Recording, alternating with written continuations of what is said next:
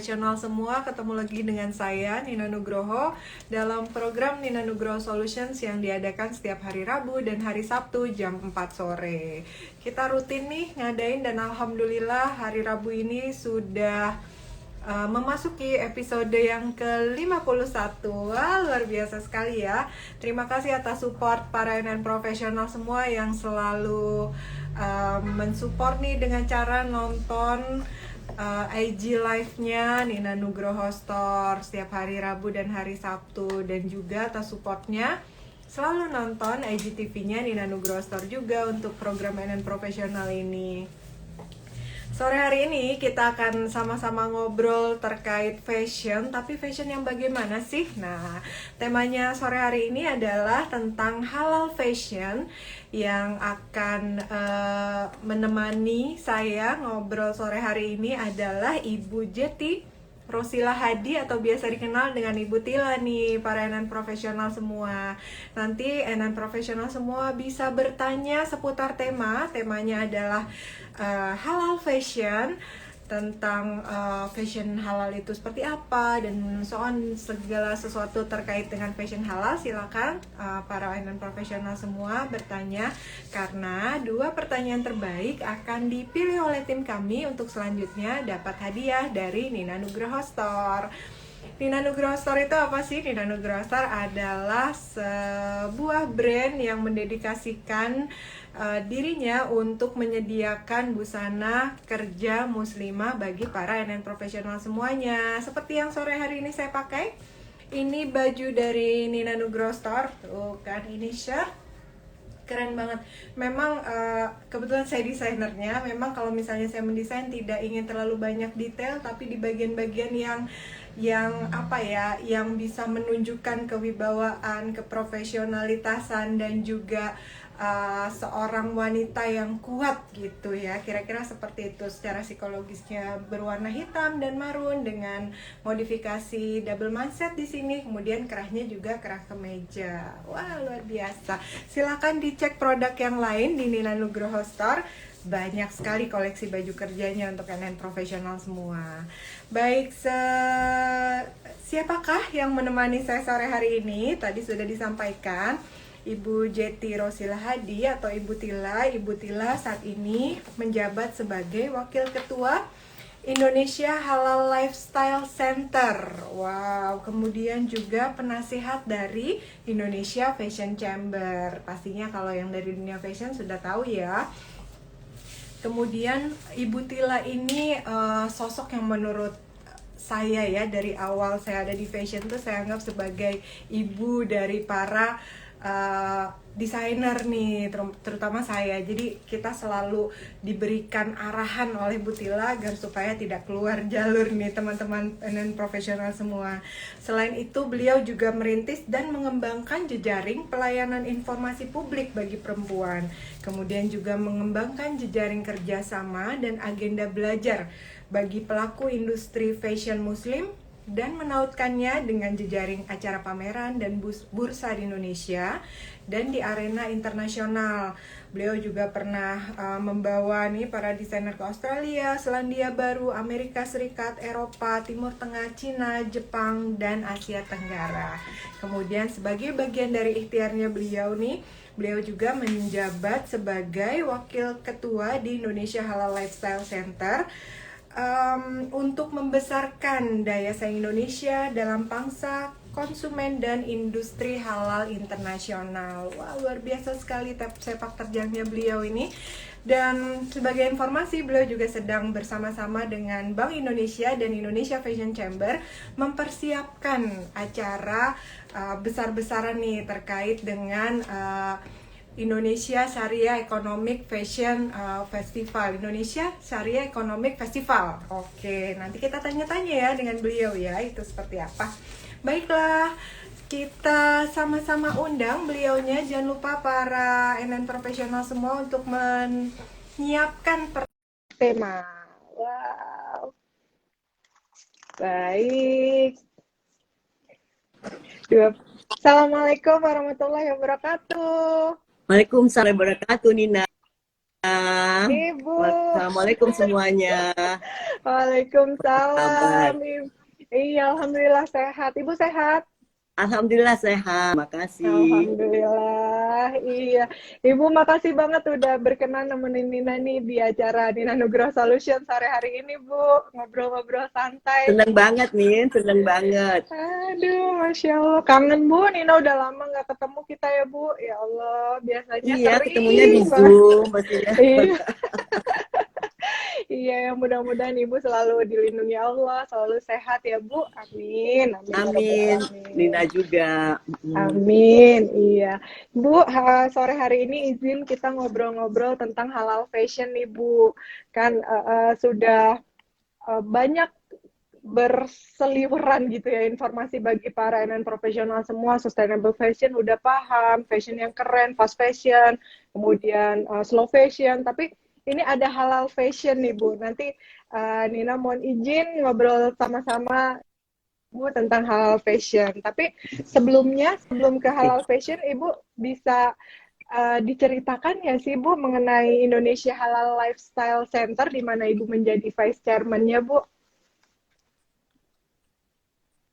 Oke, terima kasih. Assalamualaikum warahmatullahi wabarakatuh para disebutnya apa sih Nina NN Nugroho profesional, Bu. fans atau friend and professional. Senang sekali sore hari ini kita ketemu di sini.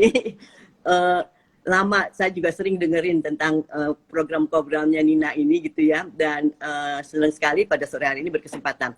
Teman-teman sekalian, Indonesia Halal Lifestyle Center itu adalah suatu organisasi nirlaba. Jadi sebenarnya kumpulan daripada berbagai macam orang yang sebenarnya berkepentingan untuk memajukan produk halal di Indonesia khususnya.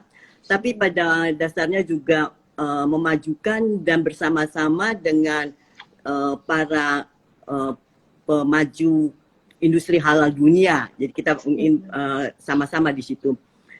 Indonesia Halal Lifestyle Center ini berkegiatan dengan mengumpulkan dan berbagi pengetahuan bersama-sama dengan rekan-rekan penggerak halal di dunia. Kemudian kita pengalaman bersama itu menjadi daya untuk kita menggerakkan berbagai sektor. Kalau di Indonesia Halal Lifestyle Center, kita fokus kepada 10 sektor, Nina. Itu food, fashion, kosmetik, farmasi, kesehatan, pendidikan, pariwisata, art, kesenian, dan finance. Jadi 10 sektor ini yang kita fokuskan di Indonesia Halal Lifestyle Center.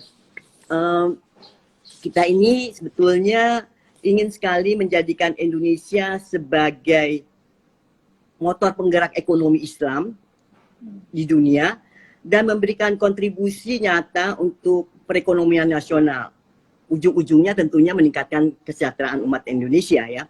Jadi kenapa kita membuat Indonesia Halal Lifestyle Center? Sebetulnya juga di samping punya niatan seperti itu, sebetulnya juga ada sedikit kekhawatiran di kita karena kurangnya informasi dan pengetahuan mengenai halal lifestyle ini. Kalau di negara lain, seperti misalnya tetangga kita yang terdekat gitu ya, Malaysia, mereka udah sejak 15 tahun, 17 tahun yang lalu bergerak mempromosikan, mengaktifkan mengenai sektor-sektor halal ini. Dengan mereka misalnya sudah melakukan exhibition pameran MIHAS misalnya, udah lebih dari 15 tahun ya. Tapi itu kalau Malaysia kan tetangga terdekat kita dan juga punya masyarakat muslimnya yang cukup kuat. Misalnya seperti Brazil, itu kan bukan negara muslim, penduduknya muslim juga nggak banyak. Tapi mereka sudah menjadi pusat produk makan hewan halal dunia. Kebayang nggak Nina? Jadi ayam misalnya halal itu datangnya dari Brazil. Dia ekspor ke negara-negara muslim lainnya. Padahal mereka bukan negara muslim. Tapi mereka tahu bagaimana caranya membuat atau memotong ayam halal itu seperti apa. Kenapa itu penting memotong ayam secara halal itu. Sehingga secara bisnis bukan main. Kapital yang mereka dapat dari industri halal ini. Yang lain misalnya kayak Thailand misalnya. Itu mereka sangat berjuang keras untuk menjadi pusat dari produk-produk makanan halal. Dan itu terjadi gitu ya. Dan kenapa? ya mereka berhasil sekali karena mereka memang secara serius mendalami makanan halal itu seperti apa sih, industri halal itu seperti apa sih. Kalau mereka mau bikin makanan halal, industrinya mesti seperti apa, dari ujung ke ujungnya mesti benar kan gitu. Nah, mereka mempelajari betul dan mempraktekkan betul, ujungnya mereka mendapatkan pendapatan dari industri halal itu yang luar biasa besarnya gitu ya. Yang lain misalnya yang sekarang sedang dirintis, Jepang misalnya, mereka sedang merintis untuk menjadi pusat pariwisata halal misalnya. Mereka belajar betul.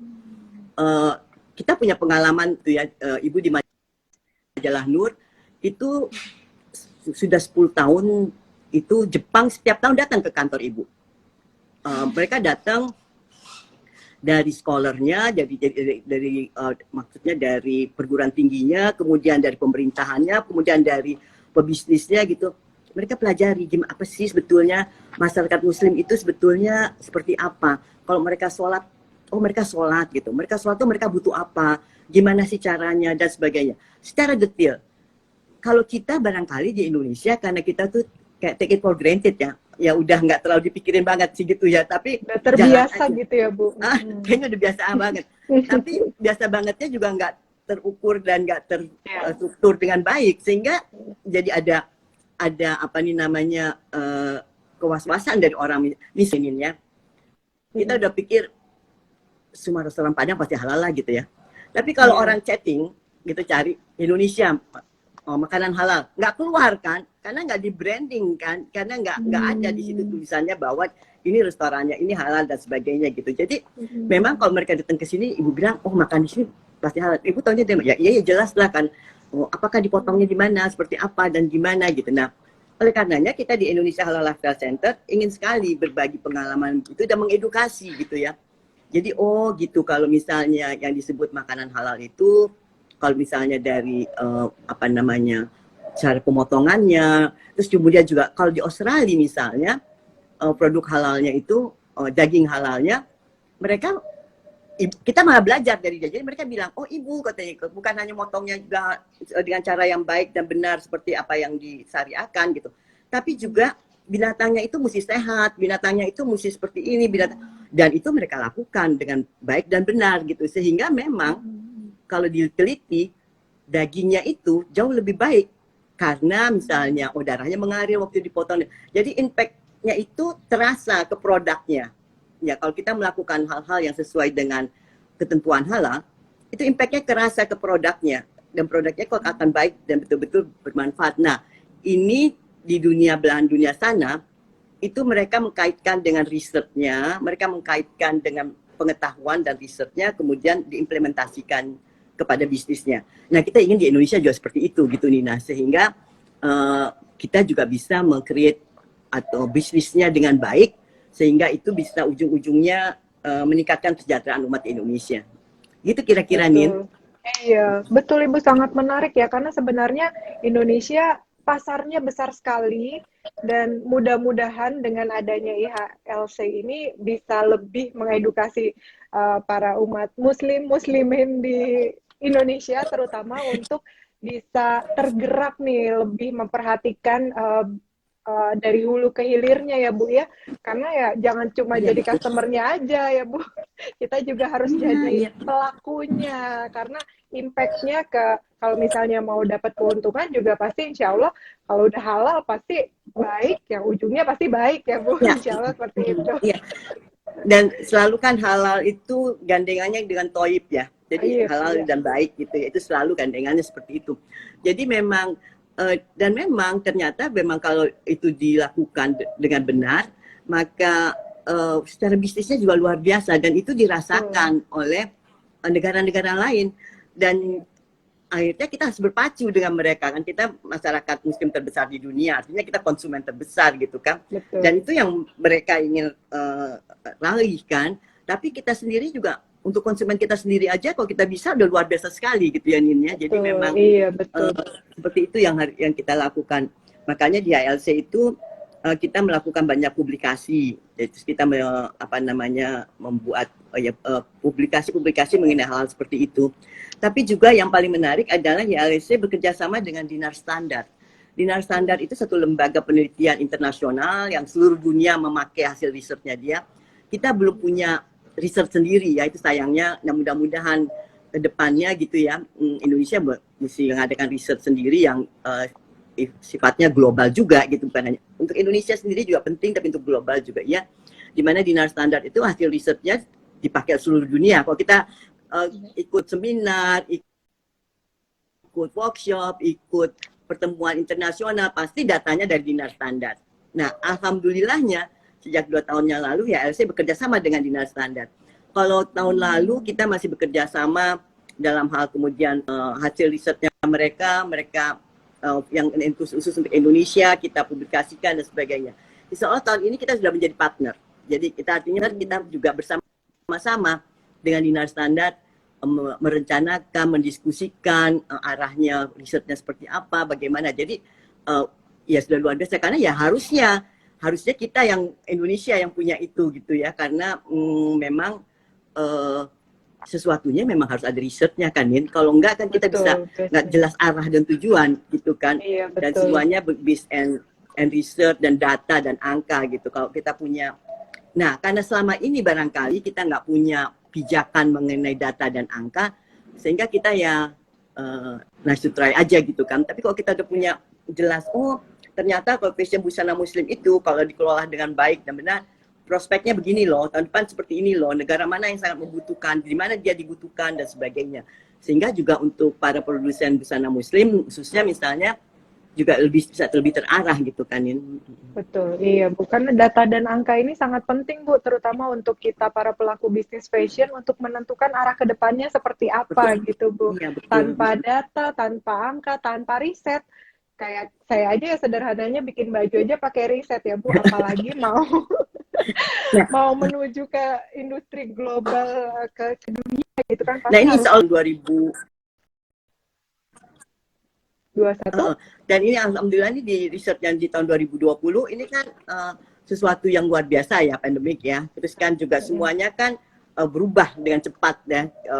Nah, Dinas Standard tetap mengadakan riset untuk ini. Jadi kemudian nanti insya Allahnya di tanggal 16 November itu di launching hasil risetnya. Di launching di Dubai, kemudian di launching di London, kemudian di launching di satu lagi di mana gitu, nanti di tanggal 20-nya di launching di Indonesia. Jadi kita bisa lihat untuk prospek.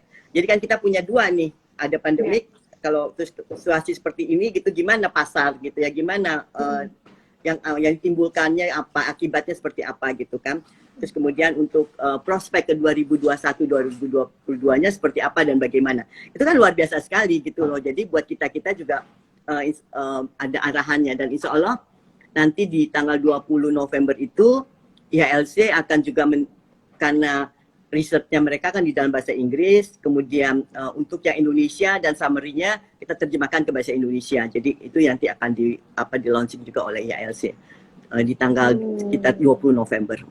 20 November sebentar lagi ya Bu. Aduh nggak sabar Bu Nina untuk lihat hasil risetnya itu pasti jadi panduan yang luar biasa sekali kita untuk kayak sekarang itu kan segala apa ya, semuanya dalam kondisi yang tidak pasti, semuanya dalam kondisi yang mau membuat keputusan juga bingung karena kita nggak tahu nih berakhirnya kapan, arahnya kemana, mau bagaimana. Hasil itu yang sangat nanti bisa membantu kita semua para pelaku industri, apalagi yang profesional di rumah nih yang masih deg-degan nih tentang pandemi. Ya.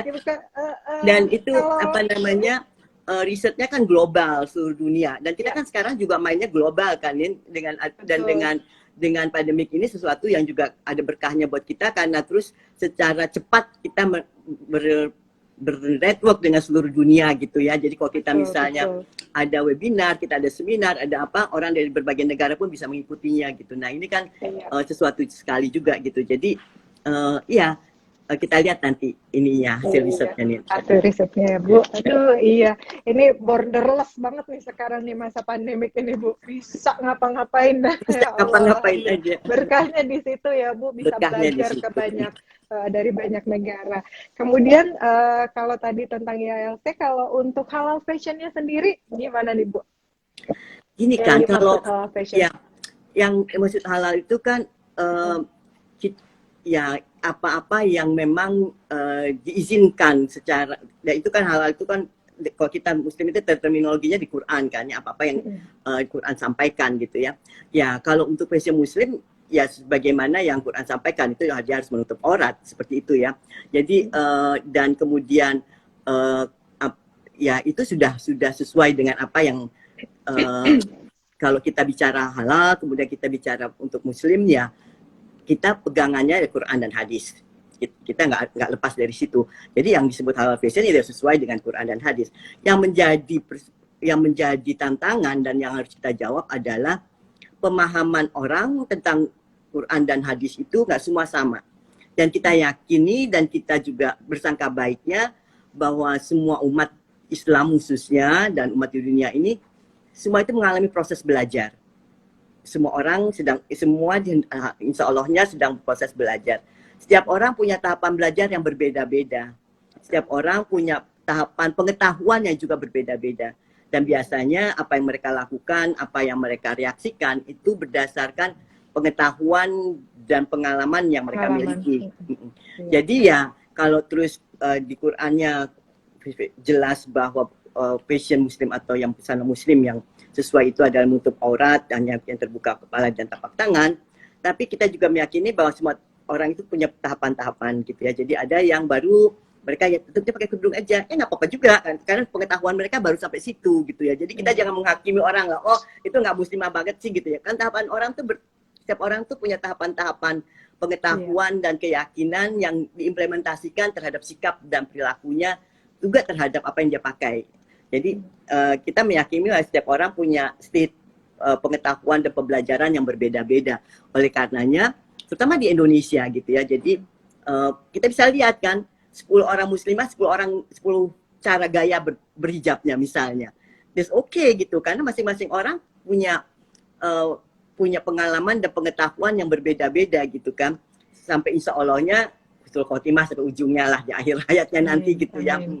Nah, yang nggak boleh di kita itu adalah, atau yang saya tidak harapkan adalah menjudge satu sama lain. Oh, ini itu. Ya, buat diri kita boleh menjudge. Ini yang buat saya paling baik saat ini gitu ya. Ya mungkin besok kita baca lagi, belajar lagi, kita yakini lagi, kita berubah lagi gitu ya. Nah, itu sih ini jadinya yang dimaksud fashion Muslim itu. Makanya kalau di ISEF kita pakai modis fashion gitu ya. Ya itu karena sebetulnya karena di situ itu ya kita mengakomodasi setiap state dari muslimah yang sedang berusaha atau usangka baiknya kita sedang sama-sama belajar untuk sampai husnul khotimah, untuk sampai bisa menjalankan apa yang diperintahkan Quran dan hadis seoptimal mungkin, sebaik mungkin yang Allah perintahkan kepada kita. Gitu kira-kira nih.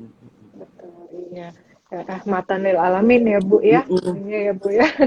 Iya betul, karena di garis bawahi sekali tuh Bu, kita nggak bisa juga menjudge orang, melihat semua perbedaan pasti banyak banget bedanya kalau mau dilihat ya Bu, tapi kan kesamaannya itu adalah satu, kita punya niat yang tulus untuk menjadi lebih baik lagi.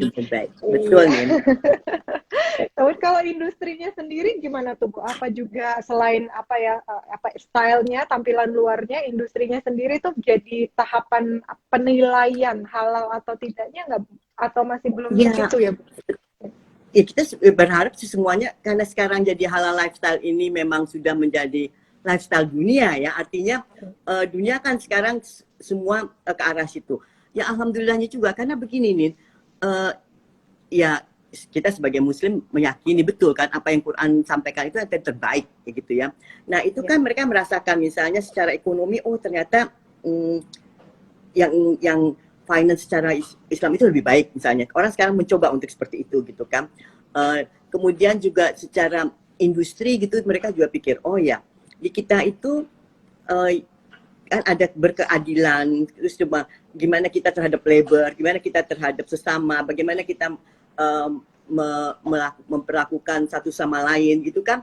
Itu kan ini apa nih namanya dalam Islam jelas guidance-nya kan. Nah itu ternyata di makin dunia ke sini makin banyak tantangan, ternyata jawabannya ada di hal-hal seperti itu gitu. Jadi industri pun sekarang bukan mulai, mereka juga Menerapkan. menerapkan hal-hal seperti itu gitu nih. Jadi ya alhamdulillah aja. Jadi makanya kita di Indonesia Halal Lifestyle Center terutama mencoba menggali, mencoba mempelajari, mencoba mendistribusikan informasi itu gitu ya, supaya kita semua juga melakukan hal-hal seperti itu. Simple aja deh Nin, kalau Nina sebagai desainer gitu kan, Ya. selama ini barangkali kita terus pikir pokoknya apa sih dasarnya kalau kita menjual baju itu harganya mesti seperti itu gitu ya. Apakah memang untungan buat kita yang sebanyak-banyaknya atau memang seadil-adilnya terhadap semua yang berkontribusi di dalam produksi gitu kan. Bagaimana kita memperlakukan para pekerja kita gitu kan. Apakah dia hanya sebagai buruh, apa dia sebagai partner? Apakah dia Islam jelas sekali gitu ya cara kita memperlakukan sesama pekerja. Di kita itu jelas sekali setiap yang berkontribusi itu nilainya sama, tapi jadi gini, kalau yang masang kancing nggak masang benar kan produknya Nina juga nggak jadi bagus gitu kan. Jadi dia pun juga itu kontribusinya luar biasa gitu kan. Betul. Yang Nina desain, misalnya rancang demikian rupa, kalau misalnya yang motong dan yang jahitnya juga nggak dengan kesadaran penuh bahwa mereka juga bagian penting dari produksi itu, maka itu juga nggak akan jadi dengan baik gitu kan. Jadi artinya memang ya di Islam kita seperti apa itu, setiap orang itu mempunyai kontribusi dan dihargai berdasarkan niatnya, berdasarkan bukan berdasarkan jenis kecil besar pekerjaannya gitu, tapi berdasarkan niatnya dan berdasarkan apa yang mereka lakukan dengan sungguh-sungguh gitu nih. Betul, iya Bu. Itu Nina kira-kira. Iya betul Bu. Berarti bukan hanya secara tampilannya aja, tapi kita juga perlu menilik kembali proses dari pembuatan busana tersebut seperti apa. Iya ya Bu, harus sesuai dengan kaidah-kaidah yang fikih Islaminya lah, kira-kira seperti itu ya Bu ya. Nah itu dia. Betul. Jadi misalnya gini, kalau di kita itu proses jual beli itu harus ya ijab kabulnya jelas gitu ya. Jadi sama-sama merasa nyaman dan sama-sama merasa oke gitu kan. Artinya memang ya keterbukaan, terus kemudian juga kejujuran itu kan menjadi landasan utamanya gitu ya, supaya sama-sama merasa nyaman dan oke gitu nih. Jadi ya basic-basic seperti itu yang harus diterapkan, dan ternyata basic seperti itu impact-nya luar biasa besar gitu ya, bukan hanya sekedar ya dikerjain oke lah, kalau kerjain nggak apa-apa juga, enggak ternyata gitu. Kenapa kita bisa bilang itu lagi riset menyatakan itu orang-orang yang melakukan bisnis seperti itu di berbagai negara yang bukan negara muslim, ternyata mereka merasa bahwa wow, dengan demikian mereka lebih merasa benefitnya lebih besar gitu. Betul, iya Bu. Insya Allah Nina Nugra juga sudah menerapkan itu Bu, dan terasa sekali nyaman juga, loyalitasnya alhamdulillah Bu, terasa Bu gitu. Mudah-mudahan berkah lah, kita bikin usaha buat apa sih ya Bu ya, kalau bukan buat mencari keberkahan. Keberkahan bersama. Iya betul. Iya, Ibu izin mulai banyak pertanyaan dari para viewers nih Bu. Iya, silakan Nin. Aduh, senang banget Tina. Iya, sebentar. Ya, pertanyaan pertama nih Bu dari B_Yusuf.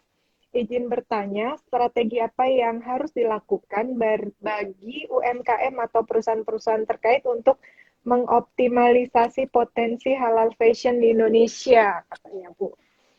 Wow, iya, jadi kayak kalau garis besarnya sih pasti tergantung jenis industrinya apa ya. Kemarin kalau lebih detailnya, ya setiap tahapan itu harus dilakukan dengan niatan baik dan berkeadilan dan berkebersamaan gitu ya, yang nggak ada eksploitasi, terus kemudian juga dan berpengetahuan gitu ya, semuanya.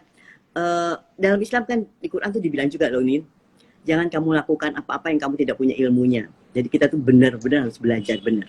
Jadi kalau kita mulai melakukan industri, ya kita mesti belajar benar mengenai industri itu seperti apa. mulai dari faktor produksi, faktor distribusi, faktor brandingnya, faktor apanya kita pelajari supaya yang diproduksi oleh rekan-rekan yang produksi nggak sia-sia gitu ya. Jadi memang kalau terus kemudian lebih spesifik lagi, tentunya industrinya industri apa dulu gitu ya, sebesar apa skala industrinya gitu ya. Yang paling penting itu tadi, setiap tahapan itu dilakukan betul-betul dengan kesiapan yang matang gitu ya, dengan pengetahuan yang memadai, dan terus kemudian mencoba untuk mempelajari terus gitu, belajar terus, sehingga kalau pas waktu mulainya nih timpangnya di sini terus, tapi kalau kita belajar terus kita bisa tahu kan, oh ya kita mesti tambahkan ini pengetahuan kita ini, kita kemudian yang paling penting adalah pengetahuan mengenai bagaimana hubungan kita terhadap sesama manusia, itu luar biasa. Jadi ya bagaimana kita memperlakukan sesama umat itu sangat penting gitu, karena ya manusia itu atau karyawan kita itu adalah aset luar biasa, itu aset yang paling penting. Dan bukan hanya aset, tapi itu partner kita yang paling utama gitu ya. Itu adalah relasi seperti itu yang harus juga dijaga. Karena selama ini orang suka ngerasa, dia kan cuma pegawai. Enggak gitu.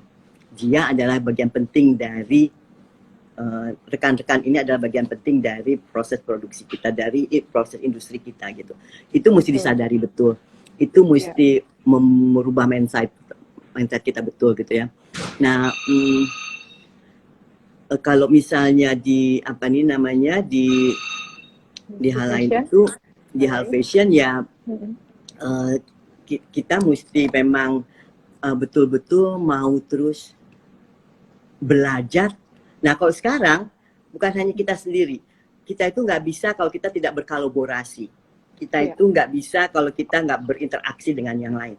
Kolaborasinya itu bisa dengan sesama jenis, misalnya fashion dengan fashion, tapi juga bisa dengan yang sangat jauh misalnya gitu ya. Fashion berkolaborasi dengan misalnya yang agriculture misalnya. Itu jauh banget kan sebetulnya gitu. Tapi di sana pasti ada sesuatu yang mungkin kita bisa kerjasamakan. Mungkin yang itu juga luar biasa gitu. Jadi itu sebetulnya berjamaah di dalam Islam itu memang menjadi unsur utama yang harus kita gali dan kita terus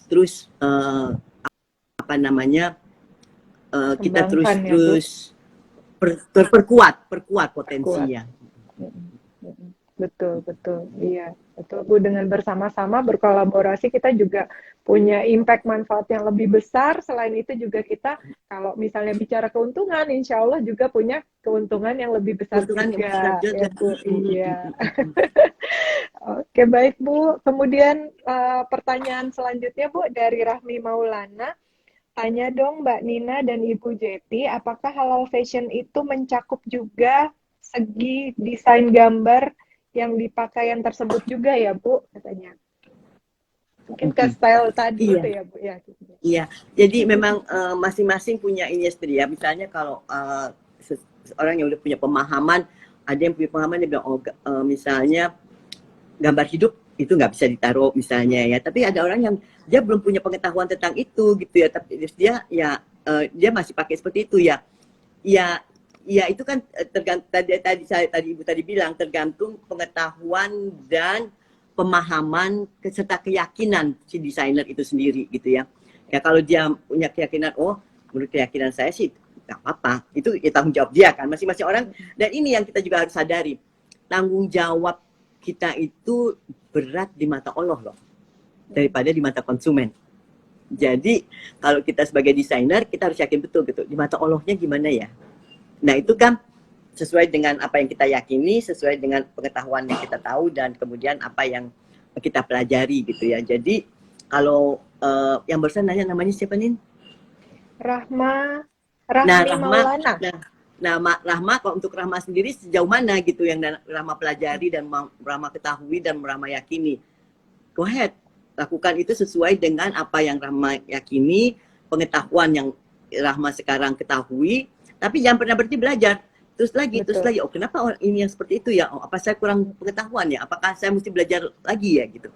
Jadi karena kalau kita mulainya seperti itu dan kita niatkan seperti Allah tahu kok niat kita, Allah tahu kok kita sungguh-sungguh kan, kita sungguh-sungguh mau menjalankan apa yang diperintahkan Allah, tapi saat ini pengetahuan kita baru segitu dan kita baru punya keyakinan seperti itu gitu. Jadi itu saya sih pikir masing-masing coba untuk menggali itu gitu nih.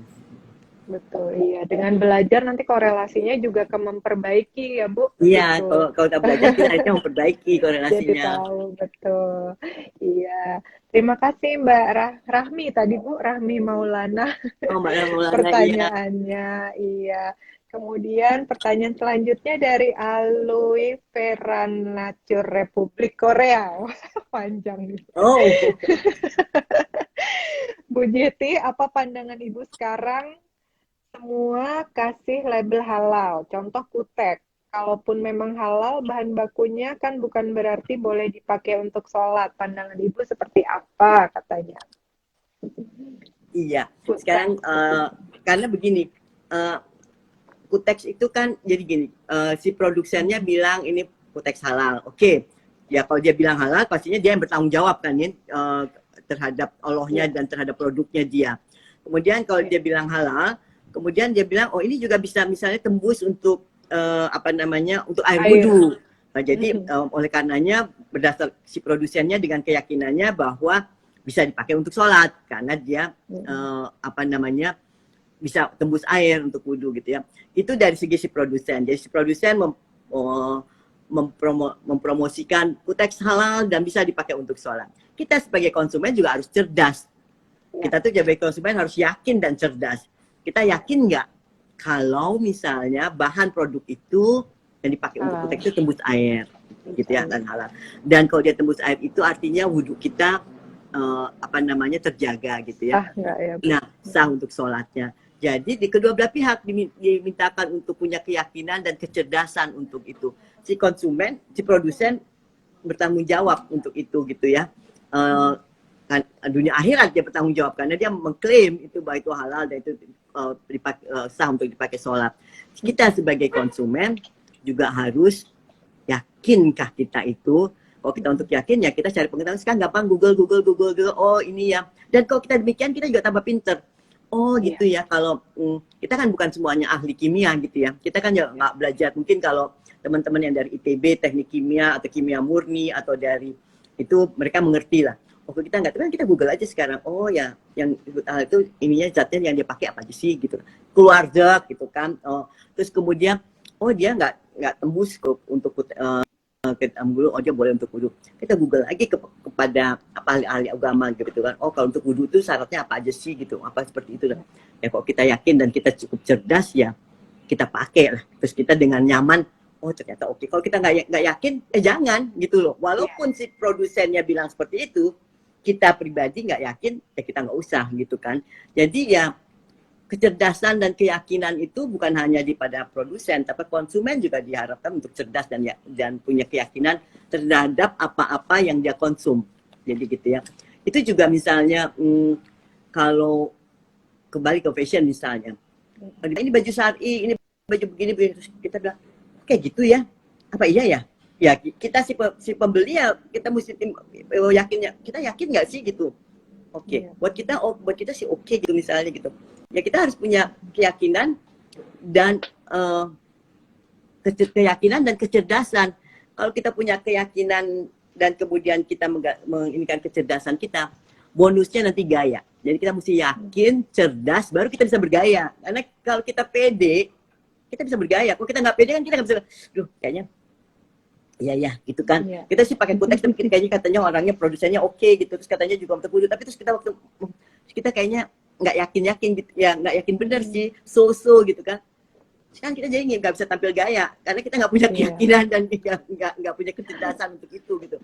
Jadi kalau untuk kita mau kaum muslimah, ini saya sih kalau kita untuk bisa tampil stylish gitu ya, kita bisa punya lifestyle yang oke gitu ya, kita harus yakin, kita harus cerdas, bonusnya gaya.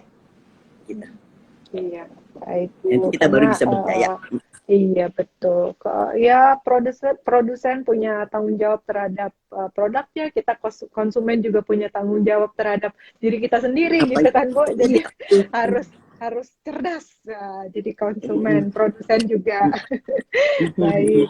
Kemudian pertanyaan selanjutnya Bu, katanya sempat ada pro kontra brand hijab yang mengklaim label halal dan mendapat sertifikasi halal dari MUI. Pandangan Ibu terkait itu apa katanya Bu?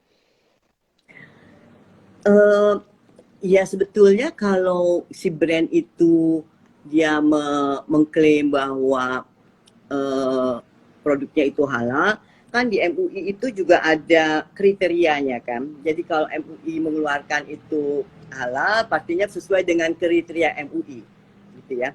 Ya, itu sah-sah aja kalau si konsumennya itu, si produsennya itu memang Memenuhi sesuai dengan kriteria ya Bu? apa yang diinikan oleh MUI gitu kan, kriteria MUI-nya gitu. Yang menjadi persoalan adalah apakah kita semua sepakat dengan kriteria MUI gitu kan. Nah, kalau kita kita punya kriteria yang lain, kita bisa diskusikan dengan MUI gitu kan. Oh, ternyata kriteria MUI kurang lengkap nih, mestinya tambah Iya. segini, sehingga kita bisa saling mengisi supaya kita bisa saling lebih maju gitu loh. Tapi bukan hanya mengkritisi tanpa memberikan solusi atau tanpa memberikan masukan. Uh, karena kalau kita, ya tadi kan, kita semua kan proses belajar nih, sampai akhir hayat, insya Allahnya. Dan dalam proses belajar itu, kita harus saling mau memberikan masukan, saling mau untuk menerima masukan, saling mau untuk memperbaiki. Sehingga makin lama kita makin baik. Kira-kiranya. Betul Bu, betul sekali. Baik, kemudian Bu, nah ini, apakah penting katanya Bu memiliki sertifikat halal bagi para pelaku industri fashion Muslim? Sebenarnya ada nggak sih Bu sertifikasi halal Saya rasa untuk sih kalau untuk ini fashion Bu? enggak lah. Karena kan buat kalau saya pribadi sih saya pikir enggak tuh. Uh, Iya, yang penting adalah di setiap tahapannya itu kita menjalankan sesuai dengan apa yang diperintahkan Allah gitu ya. Terhadap karyawan uh, kita melakukan fairness gitu ya. Sekarang kalau dunia barat bilangnya apa fair trade gitu ya. Kita udah Islam udah dari dulu menyampaikan itu gitu ya. Jadi kalau dari segi apa nih namanya, kita dari segi bahan baku kita nggak boleh apa namanya boros-boros, kita harus ini kita lakukan itu gitu. iya, Asal di setiap tahapannya itu kita melakukan dengan sesuai dengan tuntunannya itu ya, iya. masing-masing bertanggung jawab, dan kemudian nanti ujung-ujungnya juga masyarakat menilai kok. Masyarakat jadi bisa tahu, oh ini benar, oh ini enggak gitu. Itu kan sebetulnya untuk melindungi konsumen kan. Dan kalau kalau pada prinsipnya, kalau pada saya, kita semua harus saling makin lama makin belajar, makin lama makin pintar, makin lama makin trust each other, sehingga itu nggak penting menurut saya gitu. Ada sertifikatnya itu untuk fashion sih menurut saya nggak penting. Pada saat ini saya menyatakan nggak penting gitu ya. Yang penting adalah seluruh prosesnya dilakukan sesuai dengan kaidah-kaidah, norma-norma. Kita tahu di dalam Islam itu sangat dianjurkan, bahkan itu diwajibkan di dalam Islam. Nah, kalau itu sudah kita lakukan, dan yang paling tahu tuh sebenarnya hati nurani kita sendiri kan sama Allah gitu ya. Jadi kalau kita mau disertifikasi apapun, kalau kita mau neko-neko mau apa-apa ya, aduh kasihan juga punya gitu kan. Jadi akhirnya Iya Ibu. apa nih namanya, bodong itu kanin gitu. Lebih baik kita semua menata diri kita, menata apa nih namanya, kesungguhan kita untuk betul-betul kalau kita mau berbisnis di yang kita beri nama fashion muslim kah, kita kasih nama fashion halal atau apanya, ya kita memang sudah hijrah, meniatkan diri kita untuk melakukan itu semua sesuai dengan apa yang Allah perintahkan. Kalau toh belum semua kita bisa lakukan pada saat ini, kita terus berusaha untuk bisa melakukannya dengan di setiap hari kita gitu ya. Itu sih menurut saya sih yang paling penting, Nina. Itu Bu. Industri fashion, industri kreatif ya Bu, sebenarnya panduannya, kaidahnya sudah ada di Al-Quran dan Hadis. Silakan aplikasinya seperti apa di brandnya masing-masing ya Bu. Mungkin seperti Iya, itu. iya. ya, dan kreativitas itu kan Nin nggak ada batasnya. Kreativitas itu kan langit batasnya ya. Tahu ada batasnya adalah value, batasnya adalah nilai-nilai yang terkandung di dalam Quran dan hadis gitu. Iya, betul. Harus menjadi pegangan. Jadi jangan terus gini loh. Waduh, fashion muslim nih lagi bener-bener booming nih gitu. Kayaknya bisnisnya keren nih, bisa udah ngaruh keuntungan deh. Terus berlomba-lomba ikut di situ dengan niatan cuma mau cari untung, tapi bukan dengan niatan betul-betul mau menjalankan apa yang sebetulnya menjadi itu sih Bu. Iya. Pengalaman Ibu ya, ketemu dengan para pengusaha busana muslim ataupun namanya menamakan dirinya desainer busana muslim, umurnya nggak lama kok, gitu. Dan itu yang juga janjinya Allah seperti itu kok. Jadi kalau memang umurnya panjang di dalam berbisnis, juga mau mendapatkan keberuntungan yang luar biasa, dan itu adalah keberkahan gitu ya, lakukanlah dengan baik dan benar.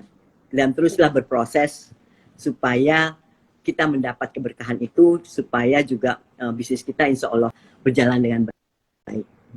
Amin. Iya. Gitu, Jangan lupa juga dan profesional semuanya. Selain halal juga tadi Ibu Tila sampaikan toyibnya ini, baiknya ini ya Bu ya. Baik. Iya, baiknya itu.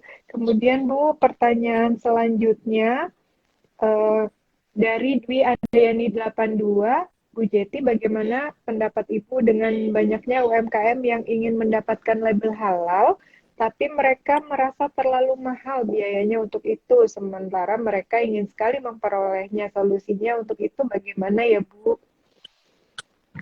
Ini umumnya UMKM food ya, saya rasa ya. Kan Iya. ada BPJS, ada badan sertifikasi halal ya. Dan itu kan sedang berproses memang gitu ya. Dan rasanya sih kalau ikut seminar atau pengetahuan tentang itu, insya Allahnya sih nggak mahal. Ujungnya nantinya nggak mahal. Ujungnya nantinya itu akan menjadi sesuatu yang memang bisa diraih dan bisa didapat oleh semua orang untuk melakukan bisnisnya secara halal gitu ya. Nah ini sekarang memang badan ini kan sudah dibentuk dari tahun 2017, cuman masih berproses, semuanya sedang ditata dan sebagainya gitu ya. Mudah-mudahan sih kalau nanti menghubungi mereka ada hal-hal yang sebetulnya kadang-kadang kita nggak tahu, kita cuma dengar dari mulut ke mulut, oh itu kayaknya susah, itu nggak bisa, itu mahal, itu sebagainya. Coba deh telusuri dengan baik. Insya Allahnya sih enggak. Saya rasa tujuannya badan itu juga untuk mempermudah, memperlancar dan juga untuk menekan cost ya, bukannya membuat tambah cost gitu ya. Tapi memang kita masih suka dengar, ya itu sih teorinya gitu, prakteknya nggak seperti itu gitu, nggak, masih begini, masih gitu ya. Tadi semuanya masih berproses gitu ya. Nah kalau kita berhubungan dengan mereka juga, kita juga bersedia untuk memberikan masukan sehingga insya Allah prosesnya makin lama makin baik. Tapi jangan kita menjadi menambah tadinya jalannya gini, terus udah deh kayaknya karena susah, miring ke kiri dikit, miring akhirnya jalannya malah belok gitu ya. Akhirnya tujuannya nggak tercapai gitu ya. Iya. Coba kita sama-sama mencapai tujuannya dengan sama-sama berproses, sama-sama saling mengingatkan dalam kesabaran dan kebaikan. Betul. Kalau ada solusi juga Mbak, silakan bisa disampaikan ke badan terkait ya supaya bisa segera tercapai ini. Baik, Ibu, pertanyaan selanjutnya dari Anaka Sizalika. Menurut Ibu, sudah berapa persen desainer Indonesia yang ikut berkontribusi dalam halal fashion? Dan apakah ada tips khusus agar para UMKM lebih mudah dalam mendapatkan label halal untuk usahanya? Aduh, kalau berapa persennya Ibu belum ada datanya ya. Itu tadi kita mungkin nanti ya Bu, 20 November itu ya Bu ya. Tapi itu juga belum riset khusus mengenai Indonesia, detail. Insya Allahnya sih kita berniat dengan udah bekerja sama dengan Dinar Standard ini khusus untuk Indonesia gitu ya. Jadi kalau itu kan mereka sangat global sekali ya. Jadi kalau untuk itu Ibu nggak bisa kasih angkanya atau seperti apa sekarang seberapa banyak. Tapi kalau untuk kalau tadi Ibu bilang kalau untuk fashion nggak ada apa namanya label fashion halal gitu, kayaknya enggak ya, tapi kita menyatakan bahwa kita fashion muslim gitu ya, desainer muslim atau kemudian muslim fashion seperti itu ya. Artinya kalau kita pakai nama desainer muslim, ingat loh tanggung Iya ya, Bu. jawabnya dan juga kaidah-kaidahnya harus kita penuhi. Iya. Bukan hanya kita menambah label aja gitu ya. Nah itu kalau kita mau dapat hasil yang baik, ya kita mulai dengan niatan yang baik juga gitu. Jadi kalau mulai bilang, oh saya sekarang tadinya saya sih desainer umum, saya desainer baju apa aja gitu ya, baju malam, baju pesta, baju untuk yang tidak berlengan, cocktail party dan sebagainya gitu. Sekarang saya mau pindah ke desain busana muslim. Pindah itu dengan terus mengatakan busana muslim itu seperangkat dengan ketentuan-ketentuannya. Dan ketentuan utama yang paling pertama adalah niatnya. Itu yang harus betul-betul dipunyai. Niatnya mau apa dulu gitu ya. Jadi nah kalau kemudian di samping niat, kalau kemudian bilang itu fashion muslim, ya itu sejalan juga dengan seperangkat ketentuannya. Ibu tadi sampaikan, kalau toh belum bisa memenuhi seluruh pengetahuannya dan ketentuannya, harus mau terus belajar, harus terus mau menyempurnakan. Jangan terus, udah pokoknya gue di sini aja, emang maunya seperti ini. No, you have to move on untuk terus mau belajar, untuk terus mau menyempurnakan supaya apa yang dimaksud dengan fashion muslim itu tercapai dan terlaksana dengan baik. Betul, iya. Mungkin bisa dikaitkan dengan acara yang sedang berlangsung nih Bu, untuk ISEF Bu. Tadi pertanyaan berapa persen desainer yang sudah menuju ke halal gitu kan. Kalau misalnya dari acara ISEF sendiri sih banyak ya Bu ya. Ya kita kan ada Indonesia Syariah. Kayaknya sekarang itu yang busana muslim itu 46 ya. Atau 164 yang ikuti busana muslim ya. Tapi sebetulnya kalau kita lihat di virtual exhibition-nya, supaya Ibu lihat ini catatan Ibu supaya enggak angkanya. Di virtual exhibition-nya itu udah ada, ngomong-ngomong udah pada ikutan belum? Udah masuk belum ke exhibition yang virtual exhibition-nya ISEF? Kalau belum, masuk gitu. Asik loh belajar virtual itu juga. Betul. Bisa masuk gitu, lewat ininya juga nih Bu. Silakan Nina Nugroho juga bisa di swipe up nanti langsung masuk ke virtual exhibition-nya ISEF. Masuk. Nah, di sini di ISEF ini ada 185 yang dari fashion. Dan terus kemudian juga begini. Di fashionnya itu kan kita bilangnya sustainable fashion, sustainable lifestyle. Nah itu kenapa kita itu yang sudah juga dari Indonesia Fashion Chamber juga kita bersama-sama dengan Bank Indonesia dari tahun lalu. Sustainable itu kita angkat dan terus kita gaungkan karena memang itu sesuai dengan nilai-nilai Islam sebetulnya. Tapi dunia global itu bahasanya sustainable fashion gitu ya. Dan itu ada 17 kriterianya sustainable itu seperti apa gitu ya. Nanti Nina ada tutorialnya sendiri nih. Nanti Mas Ali dan teman-teman Indonesia Fashion Chamber tuh bisa jelaskan apa aja tuh yang disebut dengan sustainable. Dan sustainable lifestyle. Ya gaya hidup kita ya mesti seperti itu gitu ya. Nggak terus cuman sekarang pengen begini, besok enggak deh gitu. Enggak bisa, enggak tercapai itu semua gitu ya. Karena kan memang sekarang ini kan dunia menyatakan bahwa fashion itu menyumbang kerusakan lingkungan nomor 2 setelah minyak company oil gitu ya. Jadi kita nggak mau kan fashion seperti itu gitu. Kita mau fashion itu menyumbang terhadap perbaikan dunia, punya sumbangsi yang baik terhadap lingkungan, punya sumbangsi yang baik terhadap perekonomian. Ya caranya dengan bagaimana sustainable fashion, sustainable lifestyle kita juga harus sustainable. Jadi kalau tadi kembali ke exhibitor yang ada di ISEF itu untuk fashionnya ada 185 yang ikutan di dalam exhibitornya. Jadi kalau kita lihat lagi, dan itu ada 120 ready to wear, kemudian ada batik, ada tenun, ada tradisional textile. Jadi kalau ready to wear-nya ada 120 desainernya kalau di ISEF. Nah, kemudian juga di ISEF ini karena Bank Indonesia kan juga punya program namanya IKRA kan, Industri Kreatif Indonesia.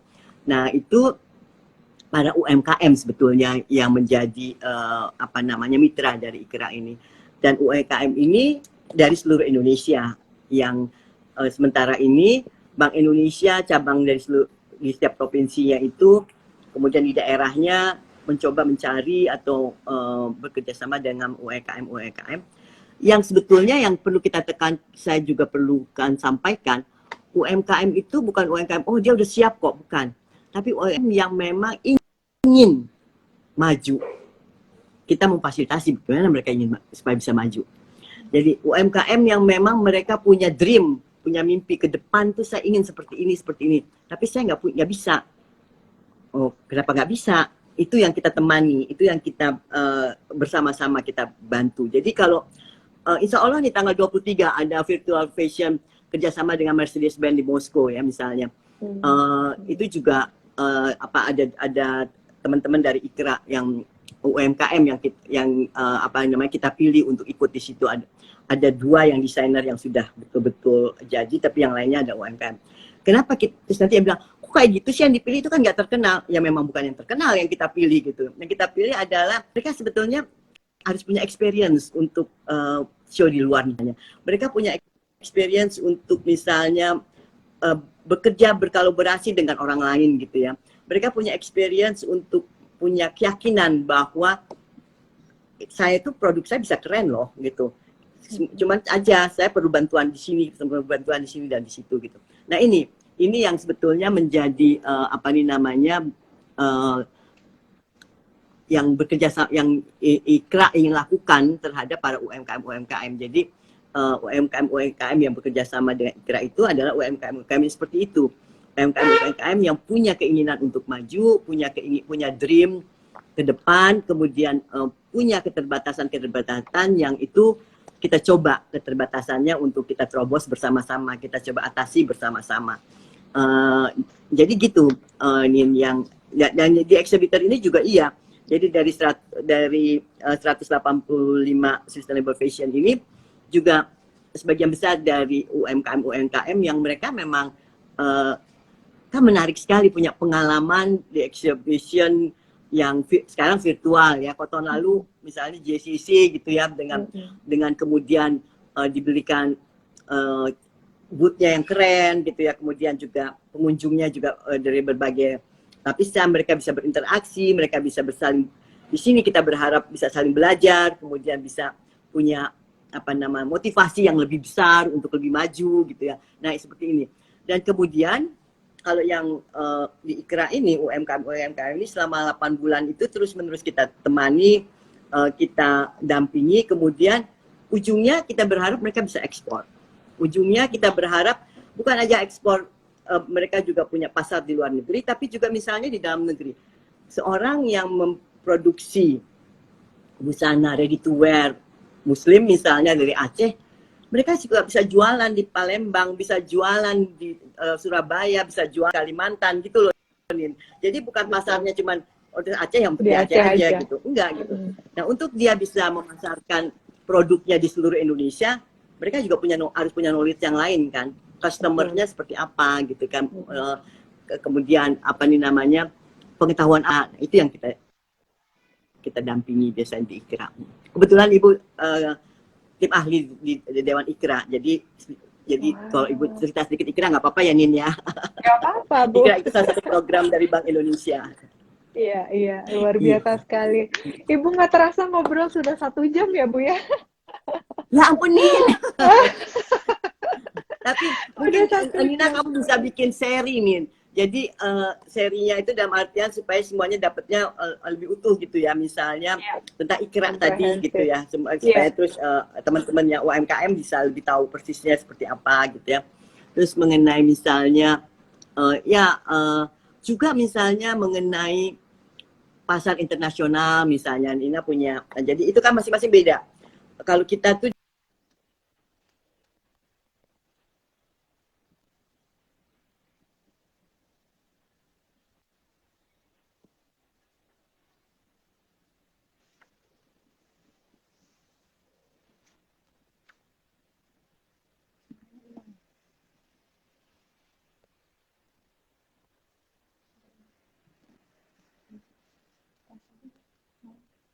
Ya,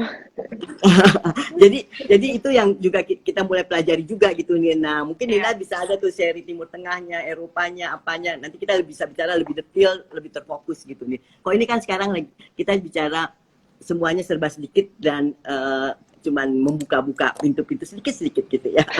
Mudah-mudahan biar lebih rekan-rekan penasaran ya Nina Bu. Nugroho sore hari ini terpuaskan dengan serba sedikit gitu ya. Tapi insya Allahnya Nina kita minta aja untuk Nina bikin yang lebih berseri dan terprogram. Komprehensif ya Bu, insya Allah. Iya, siap-siap Bu, makasih usulannya. Iya, Bu Tila, terima kasih banyak atas waktunya sore hari ini. Sama-sama, terima kasih banyak. Masya Terima Allah, kasih iya banyak banyak. banget Mudah-mudahan yang mudah-mudahan bermanfaat. Sampai ketemu lagi semuanya. Mohon maaf lahir dan amin, batin amin. kalau ada yang tidak berkenan. Insya Allahnya sore hari ini kita semuanya bersilaturahim dan mudah-mudahan Allah ridho dan mudah-mudahan Allah beri keberkahan buat kita semua.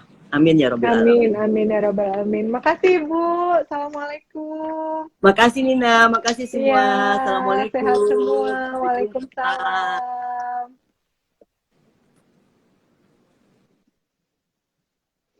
Masya Allah, luar biasa sekali. Tadi kita sudah berbincang dengan Ibu Tila terkait dengan tema hari ini, yaitu tentang halal fashion. Banyak sekali tadi yang sudah beliau sampaikan tentang halal fashion ini, dan sebenarnya halal fashion itu apa sih? Juga tadi banyak pertanyaan dari para viewer semua yang sudah dijawab dengan jelas sekali oleh beliau. Nah, untuk para NN profesional yang belum sempat tadi nonton secara utuh nih, tentang tema kita hari ini, bincang santai saya, Nina Nugroho, dengan Ibu Tila di acara Nina Nugroho Solutions ini, bisa nonton Nugroho Store. Setelah ini bisa langsung dilihat ya di IGTV-nya Nina Nugroho Store.